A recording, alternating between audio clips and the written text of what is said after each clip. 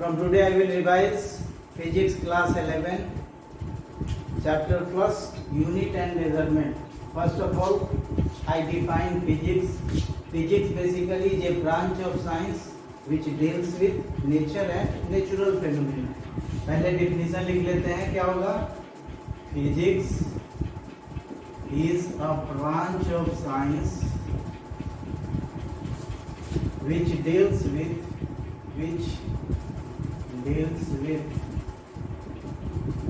nature and natural phenomena. Nature and natural phenomena.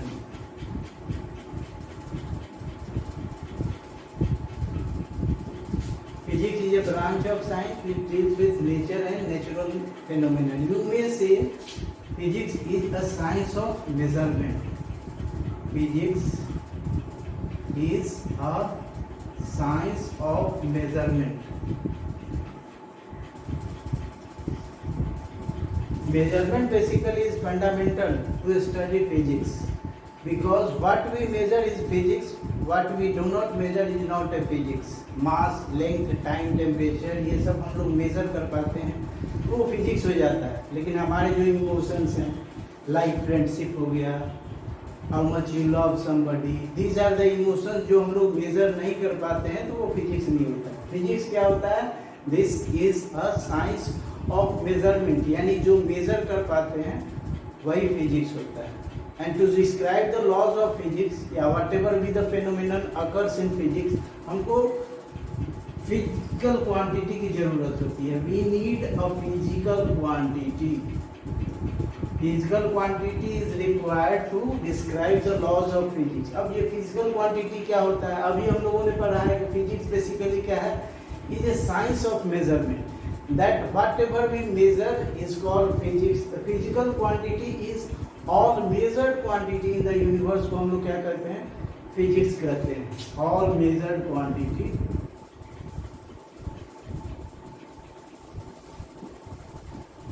quantities are called physical quantity, are called physical quantity.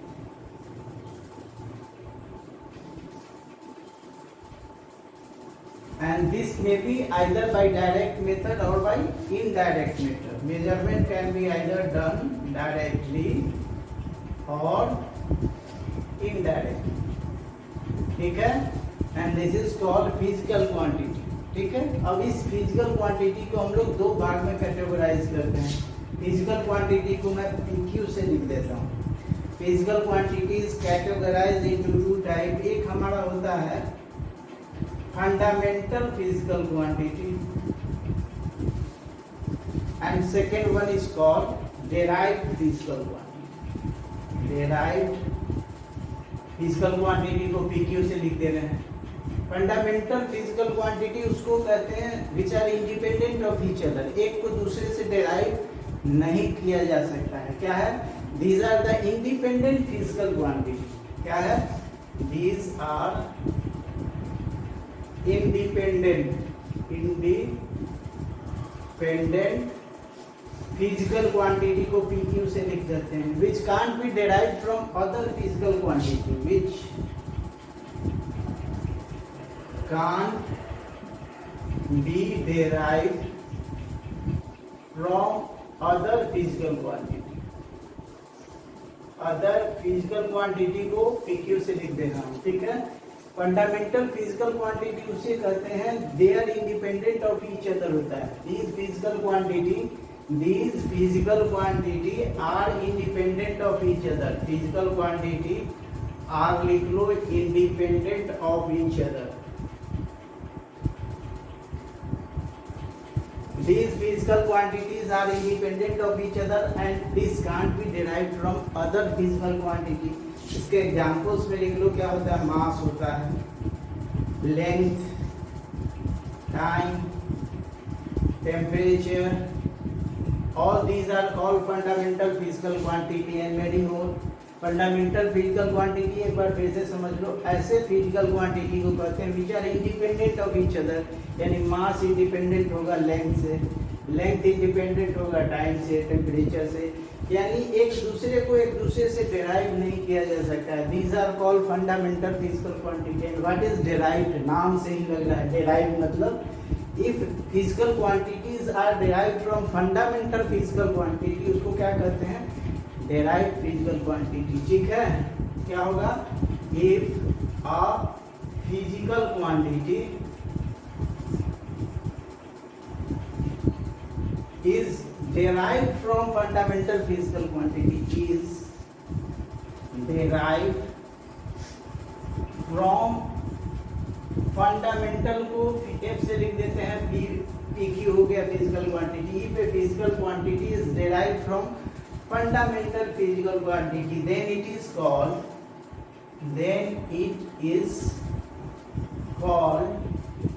derived physical quantity। derived physical quantity को फिर P Q से लिख देते हैं। फिर से सुन लो कि ऐसा फिजिकल क्वांटिटी जो डिराइव होता है from the fundamental physical quantity, उसको हम लोग क्या कहते हैं, that is called derived physical quantity. जैसे मान लो हमको स्पीड के बारे में जानना है, तो स्पीड क्या होता है, डिस्टेंस अपॉन टाइम। क्या होता है, डिस्टेंस अपॉन टाइम। यानी स्पीड को जानने के लिए हमको लेंथ की जरूरत पड़ेगी और टाइम की जरूरत पड़ेगी, तभी हम लोग स्पीड के बारे में जान सकते हैं। तो स्पीड डिपेंड करता है किस पे, लंबाई पे और टाइम पे। इसी तरह से फोर्स होगा। Most of the physical quantity हमारे क्या है, their derived physical quantity. Acceleration हो गया, और भी याद करो जो भी है, those are called derived physical quantity. इसको लिख लो, क्या होगा, फंडामेंटल फिजिकल क्वांटिटी क्या होता है, these are independent of each other. And derived physical quantity क्या होता है, which can be derived from other physical quantity, उसको हम लोग क्या कहेंगे, डिराइव्ड फिजिकल क्वांटिटी कहेंगे। चलो लिख लो इसको।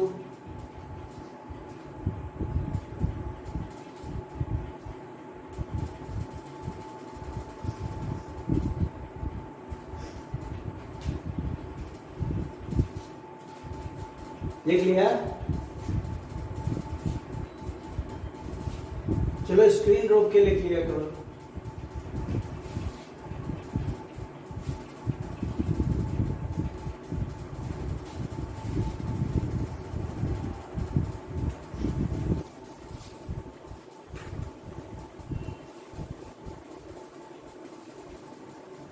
Now we came to know about the physical quantities. अब एक टर्म का जानना जरूरी है, that is called measurement, which is basically being the basis of physics. Physics का जो बेसिस है वो मेजरमेंट है, इसलिए इसको जानना जरूरी है। तो then we know about the measurement. क्या होता है, what is measurement.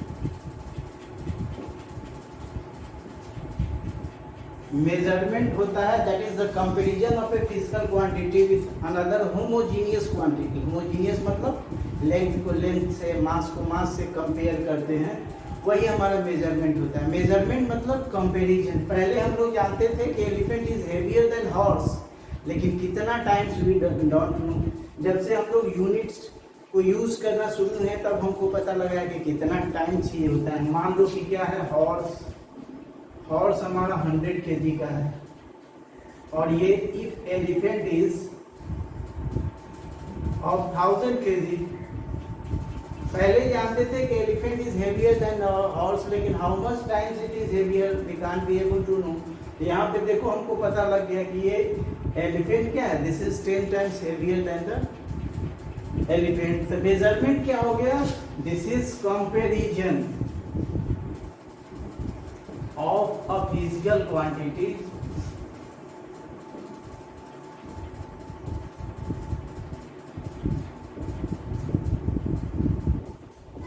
with another homogeneous quantity. Homogeneous with another, homogeneous मतलब same type of physical quantity, another homogeneous physical quantity, PQ लिख देते हैं इसको, ठीक है।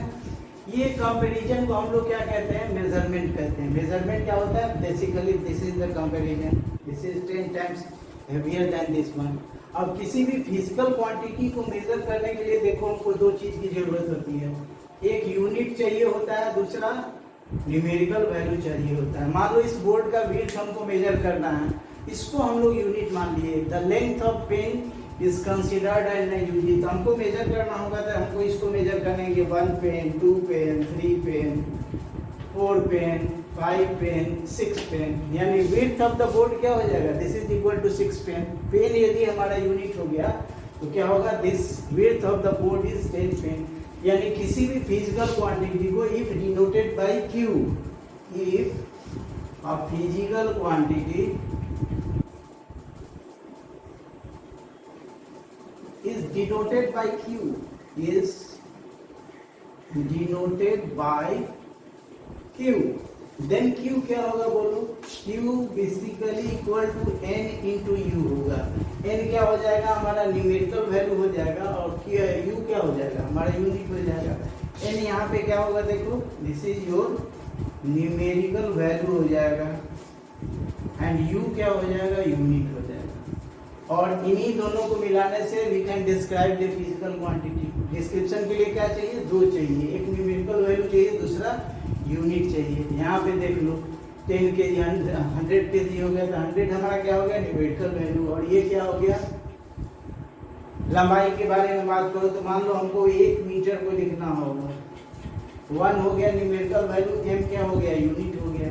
अब इसी को दूसरे यूनिट में लिखना है तो ये कितना हो जाएगा, 100 सेंटीमीटर हो जाएगा कि नहीं।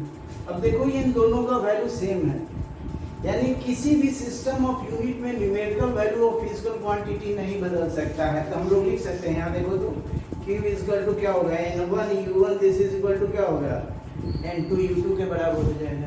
यहाँ देखो n1 u1 यानी 1 इंटू m और 100 इंटू cm, दोनों आपस में क्या हो गए, इक्वल हो गए। ध्यान से देखो, यहाँ से लिखा जा सकता है, n क्या हो जाएगा, n u हमारा कांस्टेंट हो जाएगा। ध्यान से देखो तो क्या होगा, n unit inversely proportional to u हो जाएगा। अगर u लार्जर होगा तो n क्या हो जाएगा, छोटा हो जाएगा। इसको यहाँ से देखो डिराइव कर सकते हैं, n क्या हो जाएगा, इनवर्सली प्रोपोर्शनल टू u हो जाएगा। तो इसको लिखा जा सकता है, तो नोट में को एक पॉइंट लिख लो, if unit is small then क्या हो जाएगा, यूनिट हमारा यदि छोटा होगा तो numerical value will be larger हो जाएगा कि नहीं, एंड वाइस वर्सा, इसका उल्टा भी हो जाएगा। यूनिट बड़ा होगा तो न्यूमेरिकल वैल्यू क्या होगा, छोटा हो जाएगा। तो if unit is small then क्या हो जाएगा, then numerical value is larger, ये क्या हो जाएगा, छोटा हो जाएगा, एंड वाइस वर्सा, इसका उल्टा भी हो सकता है। ठीक है, इसको लिख लो फिर से, यानी यहाँ पे देखो एक लाइन नोट में ये भी लिख लेना है कि ये जो हमारा वैल्यू है, numerical value of physical quantity, किसी भी सिस्टम ऑफ यूनिट में बदलता नहीं है। क्या लिख देंगे यहाँ पे, देखो नोट में फिर लिख देना, numerical value of a physical quantity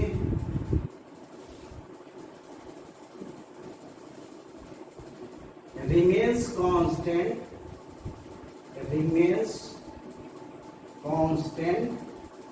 in any system of unit,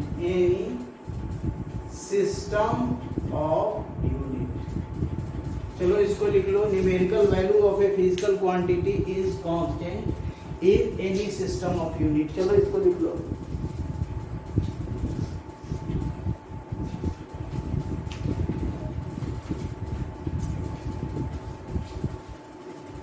numerical value of physical quantity is constant, remains constant in any system of unit। लिख लो इसको,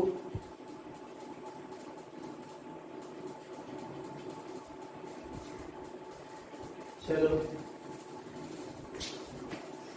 नाउ जो हम लोग बात कर रहे हैं इतने देर से, unit unit unit, then what is unit, unit के बारे में बात करते हैं कि यूनिट क्या होता है, ये क्या चीज होता है भाई यूनिट।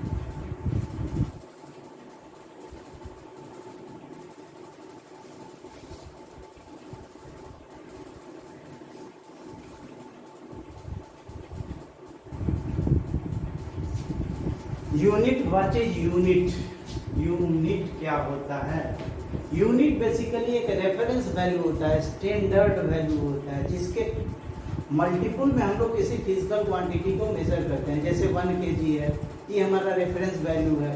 अब 100 kg को भी मेजर करना होगा, then we will measure it in terms of its multiple. 1 metre है हमारे पास, 100 metre, 25 metre, 2 metre, whatever be the measure, we will measure the physical quantity in multiple of this reference value.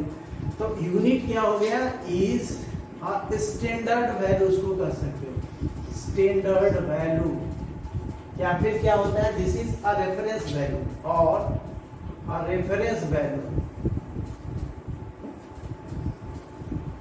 in the multiple of which a physical quantity can be measured, in the multiple of which a physical quantity को PQ से लिख देते हैं, is measured,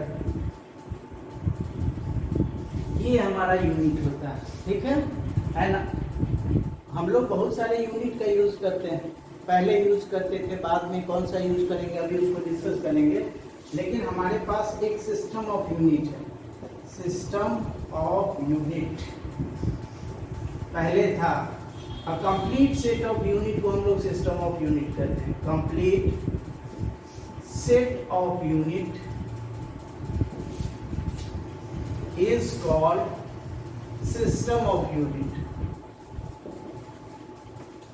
A complete set of unit को हम लोग क्या कहते हैं, this is called system of unit. हमारे पास पहले थे FPS सिस्टम था, CGS सिस्टम था, MKS सिस्टम था। These are the system which are using before 1970 के पहले इसी को हम लोग यूज करते थे। FPS इसको हम लोग, this is called British system of unit, British में इसका यूज होता था, ब्रिटिश सिस्टम ऑफ यूनिट। लंबाई के लिए यहाँ हम लोग यूज करते थे फुट, और पाउंड हमारा वेट के लिए। आज भी देखोगे जो डंबल वगैरह होते हैं वो पाउंड में ही होते हैं। एक पाउंड 0.453 ग्राम, यानी लगभग हाफ केजी के बराबर होता है। ये फुट, ये पाउंड, और टाइम के लिए हम लोग सेकेंड यूज करते हैं। यानी इस ब्रिटिश सिस्टम ऑफ यूनिट में फुट, पाउंड एंड सेकेंड को यूज करते हैं। इन दोनों को हम लोग मिला के, this is your French system of unit, French, या फिर इसको हम लोग डेसिमल सिस्टम ऑफ यूनिट भी कहते हैं। डेसिमल, डेसिमल मतलब 10 के पावर्स में इसको लिख सकते हैं, इसीलिए इसको क्या कहते हैं, डेसिमल सिस्टम ऑफ यूनिट, या फिर फ्रेंच। सीजी इसको एक स्पेशल नाम दिया गया, this is called Gaussian system of unit होता है, गॉसियन सिस्टम ऑफ यूनिट। ये गॉस एक साइंटिस्ट था, उसके नाम पे ये हो गया, that is called Gaussian system of unit. C के लिए क्या यूज करते हैं, सबको पता है, सेंटीमीटर। जी के लिए हम लोग क्या यूज करते हैं, ग्राम, और टाइम के लिए सेकेंड। लंबाई के लिए सेंटीमीटर, ग्राम एंड सेकेंड को यूज करते हैं। MKS में दिस इज योर, ये मीटर हो जाएगा लंबाई के लिए, और इसके लिए किलोग्राम हो जाएगा, और टाइम के लिए हम लोग हर जगह क्या यूज करते हैं, सेकेंड यूज करते हैं। ये हमारे पुराने सिस्टम ऑफ यूनिट है, फॉर हिस्ट्री इनका जानना जरूरी है, और इसी को एक्सटेंड करके एक यूनिवर्सल सिस्टम ऑफ यूनिट बनाया गया है, उसी को हम लोग SI यूनिट कहते हैं। पहले इसको लिख लो,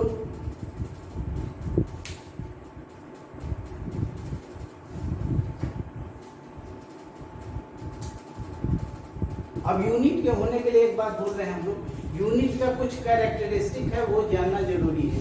तो यूनिट में पहली बात ये होनी चाहिए कि unit should be well defined, ये इसका डेफिनेशन वेल डिफाइंड होना चाहिए, इसमें कोई कंफ्यूजन नहीं होना चाहिए। दूसरा कैरेक्टरिस्टिक इसका ये है कि ये एक्सेसिबल होना चाहिए, प्लस रिप्रोड्यूसिबल होना चाहिए, यानी आसानी से मिल जाए, नहीं तो यूनिट को खोज रहे हैं मिलेगा ही नहीं। ये क्या होना चाहिए, एक्सेसिबल होना चाहिए, और दूसरा क्या होना चाहिए, एंड रिप्रोड्यूसिबल होना चाहिए। और तीसरा बात है कि ये टाइम के साथ चेंज नहीं होना चाहिए, can not change with time, ये can not change with time. अब हम लोग यदि लंबाई का यूनिट किसी पेड़ को ले लेंगे तो हर एक साल उसकी लंबाई में चेंजेज आएगी, ये टाइम के साथ चेंज नहीं होना चाहिए। एंड फोर्थ वन है ये बहुत बड़ा नहीं हो, not too large not too short, छोटा भी बहुत नहीं होना चाहिए। ये जो हमारा सीजीएस यूनिट रिडंडेंट हुआ कारण ये था कि ये बहुत ही छोटा यूनिट है, सेंटीमीटर ग्राम एंड सेकेंड। ये क्या हो गया, नॉट टू लार्ज और टू स्मॉल, बहुत बड़ा और बहुत छोटा नहीं होना चाहिए। These are the characteristics of unit. ये हमारा क्या है, यूनिट का कैरेक्टरिस्टिक है, और ये हमारे पिछले सारे यूनिट हैं। इसको लिख लो, यूनिट क्या हो गया, एक स्टैंडर्ड वैल्यू हो गया, ठीक है। These are the characteristic of unit.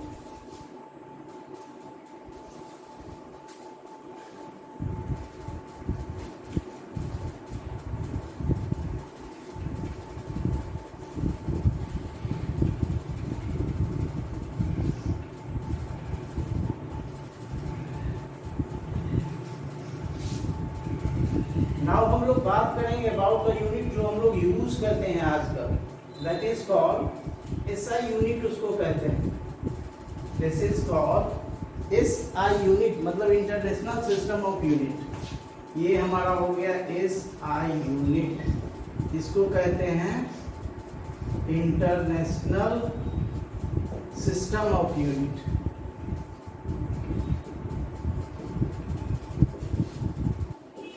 अब 1971 में 1971 there will be a conference on weight and measurement. वहां पे डिसाइड किया गया कि we will have 7 fundamental unit and 2 supplementary unit. याद कर लो इसको, इन कभी कभी डेट भी पूछ देता है। 1971 in a conference of weight and measurement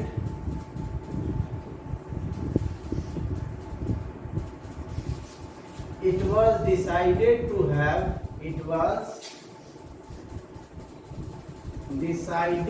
have 7 fundamental unit, FU लिख दे रहे हैं, and 2 supplementary unit, 2 supplementary unit। अब यहाँ पे देखो 7 फंडामेंटल यूनिट पहले भी पढ़े होंगे तुम लोग। 7 फंडामेंटल यूनिट पहले हम लोग फिजिकल क्वांटिटी का नाम लिख लेते हैं। ये क्या हो जाएगा, मास, लेंथ, टाइम, और क्या होता है, टेम्परेचर और इलेक्ट्रिक करंट। एक हमारा होता है ल्यूमिनस इंटेंसिटी, मॉडर्न फिजिक्स में हम लोग पढ़ेंगे इंटेंसिटी ऑफ लाइट, इससे मेजर होता है luminous intensity. And last one is called amount of substance, ठीक है। इसका यूनिट क्या होता है बताओ, यूनिट, चलो दिमाग में लाओ, क्या होगा, किलोग्राम इसको कहते हैं। ये हमारा क्या हो गया, मीटर। ये टाइम के लिए सेकेंड यूज करते हैं, टेम्परेचर के लिए केल्विन, इलेक्ट्रिक करंट सबको पता है एम्पियर। ल्यूमिनस इंटेंसिटी, जिससे हम लोग इंटेंसिटी ऑफ लाइट मेजर करते हैं, इसका यूनिट होता है कैंडेला, और इसका यूनिट हम लोग मोल। मोल क्या होता है, एटॉमिक वेट इन ग्राम को हम लोग मोल करते हैं। ये भी एक फंडामेंटल यूनिट है। इसका सिंबल क्या हो जाएगा बोलो, सिंबल सबको पता है क्या होगा बोलो। किलोग्राम के लिए केजी यूज करते हैं, मीटर के लिए एम यूज करते हैं, सेकंड के लिए एस होता है, केल्विन के लिए के होता है, एम्पियर के लिए ए, कैंडेला के लिए सी डी, एंड मोल के लिए, ठीक है। these are the 7 fundamental units, और वो हमारा क्या है, 2 सप्लीमेंट्री यूनिट।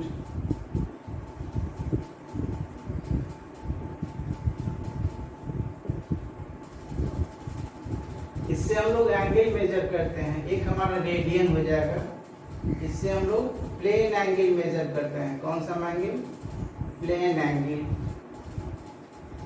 और वो जो हमारा 3D एंगल होता है उसके लिए स्टीरेडियन यूज करते हैं, स्टीरेडियन। ये हम लोग 3D एंगल या फिर सॉलिड एंगल भी कहते हैं, ओमेगा से इसको डिनोट करते हैं सॉलिड एंगल, ठीक है, ओमेगा से इसको डिनोट करते हैं। तो ये हमारा ये हमारे यूनिट हो गए, ये 2 सप्लीमेंट्री यूनिट हो गए। आज हम लोग रेडियन और स्टेरेडियन के बारे में पढ़ लेते हैं, फिर नेक्स्ट क्लास में बात करेंगे। ये लिख लो पहले, these are the 7 fundamental unit, उसके सिंपल हो गए, और ये क्या हो गए, सप्लीमेंट्री यूनिट हो गए। ये सबका डेफिनेशन एनसीईआरटी में गिवन है, आप लोग देख लीजिएगा, समझने के लिए जरूरी होता है। चलो देख लो, स्क्रीन रोक के लिख लिया करो।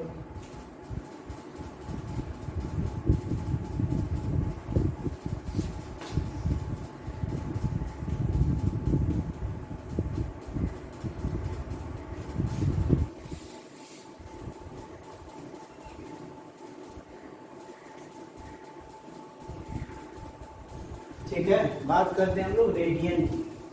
रेडियन हमारा 2D एंगल होता है, रेडियन 2 लाइन के बीच का एंगल, पहले भी हम लोग पढ़ चुके हैं, लेकिन इसको पहले मेजर करते थे हम लोग डिग्री में, लेकिन नाउ ये हमारा ऐसा यूनिट क्या हो गया, रेडियन। इसीलिए इस थीटा को अब हम लोग किसमें मेजर करेंगे, रेडियन में। ये थीटा पहले से तुम लोगों को पता होता है, ये होता है आर्क अपॉन रेडियस, यही हमारा थीटा होता है। ध्यान से देखो, यहाँ पे जो पूरा एंगल बनता है इसको हम लोग 360 डिग्री कहते थे, दिस इज योर 360 डिग्री। अगर रेडियन की बात करें तो ये टोटल आर्क कितना हो जाएगा, ये देखो basically this is part of a circle, इसका रेडियस यदि r है, टोटल आर्क कितना हो जाएगा, 2 पाई r डिवाइडेड बाई r। ये देखो कितना हो जाएगा, यहाँ जो एंगल बना वो 2 पाई रेडियन बन गया, ठीक है। अब इसको चाहो तो कन्वर्ट भी कर सकते हैं, कन्वर्जन हम बाद में बताएंगे। यहाँ सिंपल जान दो, ये हमारा 360 डिग्री किसके बराबर हो गया, 2 पाई रेडियन के बराबर हो गया। तो 1 डिग्री कितने के बराबर हो जाएगा, this is equal to 2 pi by 360, यानी पाई बाई 180 हो जाएगा। नेक्स्ट क्लास में मिनट सेकेंड वाला बताएंगे। यहाँ देखो 1 डिग्री इक्वल टू कितना हो जाएगा, पाई बाई 180 रेडियन हो जाएगा। और यही हमारा क्या हो गया, रेडियन, आर्क अपॉन रेडियस। यहाँ से चाहो तो एक रेडियन को हम लोग डिफाइन भी कर सकते हैं, थीटा इक्वल टू क्या होगा बोलो, आर्क अपॉन रेडियस। अब इसको 1 रेडियन को डिफाइन करना है तो इसको भी 1 कर दो, इसको भी 1 कर दो, 1 इक्वल टू 1 हो गया। तो 1 रेडियन क्या होगा, 1 रेडियन देखो तो आर्क भी क्या है, लेंथ है ना, दोनों आपस में यदि बराबर हो जाए डिवाइड करोगे तो क्या मिलेगा, 1 मिलेगा। 1 रेडियन क्या हो जाएगा, 1 रेडियन क्या होगा, is the angle made at the centre of the circle. देखो ये सर्किल का ही पार्ट है, eight the centre of the circle. कब होगा भाई, when arc becomes equal to the radius of that circle, when arc becomes equal to the radius of the circle, equal to the radius of the circle, ठीक है, CAD हो जाएगा, ठीक है। ये 1 रेडियन का डेफिनेशन हो गया। ये आर्क और रेडियस आपस में बराबर हो जाएंगे, तब यहाँ जो एंगल बनेगा उसको क्या कहेंगे, 1 रेडियन कहेंगे। Then we come to the point ST radian क्या होता है, ST रेडियन अभी बताए थे, this is your 3D angle, and वो एंगल कहाँ बनेगा, at the centre of the sphere. ये सर्कल नहीं है, ये क्या है, एक स्फीयर है। आइसक्रीम वाला कोन खाया होगा, तो यहाँ जो एंगल बनता है वो इस सरफेस के कारण बनता है, न कि एक लाइन के कारण। इस ये जो सरफेस है स्फीयर का, यहाँ पे जो एंगल बना रहा है इसको हम लोग ओमेगा से लिखते हैं। ये जो डी ओमेगा हो जाएगा, डी ओमेगा। यहाँ देखो इस एरिया को यदि हम लोग DA कहें, ये रेडियस हमारा R हो गया, ये कितना हो जाएगा बोलो, DA divided by R square हो जाएगा। ध्यान देखो ये कितना हो जाएगा, DA divided by R square. अब देखो तो टोटल एरिया की यदि बात करते हैं तो स्फीयर का एरिया कितना होता है बोलो, 4 पाई R स्क्वायर होता है डिवाइडेड बाई R स्क्वायर, यानी कितना हो जाएगा 4 पाई। यानी ये जो स्फीयर है इसके सेंटर पे जो टोटल एंगल इन बनता है वो कितना होता है 4 पाई होता है, 4 पाई st रेडियन हो जाएगा, ठीक है। ये एंगल हो गया। यहाँ से चाहो तो एक st रेडियन को हम लोग डिफाइन भी कर सकते हैं, ये डिफाइन कर देते हैं। 1 st रेडियन क्या हो गया, फिर देखो इसको तीनों को 1 कर देते हैं, यानी ये d ओमेगा 1 हो गया, ये भी 1 हो गया, ये भी 1 हो गया। तो 1 st रेडियन क्या हो गया, angle made at the centre of the sphere. कब, जब एरिया ऑफ द सरफेस जो यहाँ पे एंगल बना रहा है इज इक्वल टू क्या होगा, रेडियस स्क्वायर हो जाएगा। तो 1 st रेडियन क्या हो जाएगा, बोलो 1 st radian is the angle कहाँ पे, made at the centre of the sphere, centre of the sphere. कब भाई, when area of this one, area of the surface is equal to क्या होगा, रेडियस स्क्वायर। व्हेन क्या होगा, बोलो when area of the surface is equal to क्या हो जाएगा, रेडियस स्क्वायर। रेडियस स्क्वायर यहाँ पे ऐसे ही लिख देते हैं, ठीक है। 1 st रेडियन क्या हो जाएगा, this is the angle made by this surface at the centre. जब ये सरफेस का एरिया इस रेडियस स्क्वायर के बराबर हो जाएगा, उसको हम लोग क्या कहेंगे, 1 st रेडियन कहेंगे। चलो इतना ही पढ़ो, नेक्स्ट क्लास में फिर मिलेंगे हम लोग।